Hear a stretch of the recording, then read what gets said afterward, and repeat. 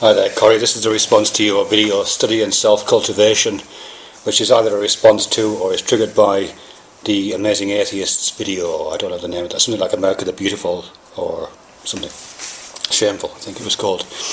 I've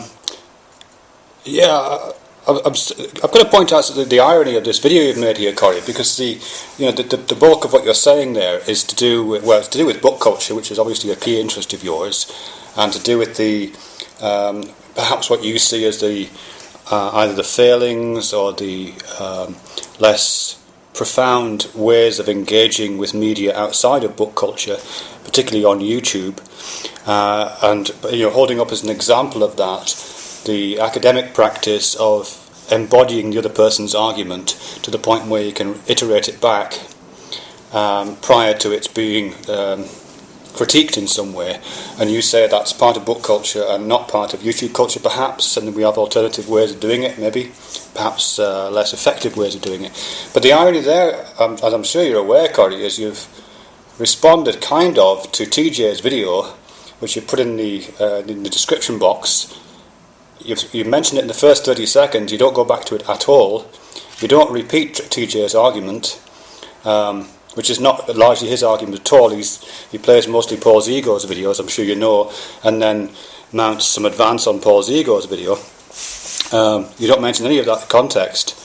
Rather, you use that as a jumping off point to talk about what your concern is. So it seems to me that you're embodying exactly the kind of things that I think you're trying to critique. I think it's particularly interesting in this sense because you paint quite a negative picture, whereas the video that you're using as a starting point, which is TJ's video, on the other hand, is quite upbeat. TJ, the Amazing Atheist, does that 12-minute section in the middle where he plays Paul Zigo's video, which is a great video. Fantastic polemic about the about shame and the American way. But TJ comes out of that saying that it's positive, that this should be a call to arms, we should be celebrating, things are getting better, the civil rights movement has improved things, gay rights movements have improved things, and he's kind of flying the flag for optimism, and I don't see that. So I'm just not sure where you sit in relation to the video that you're saying you're kind of in dialogue with, or if you're not, or what, or maybe you're not in dialogue with it, maybe you don't see it in that way.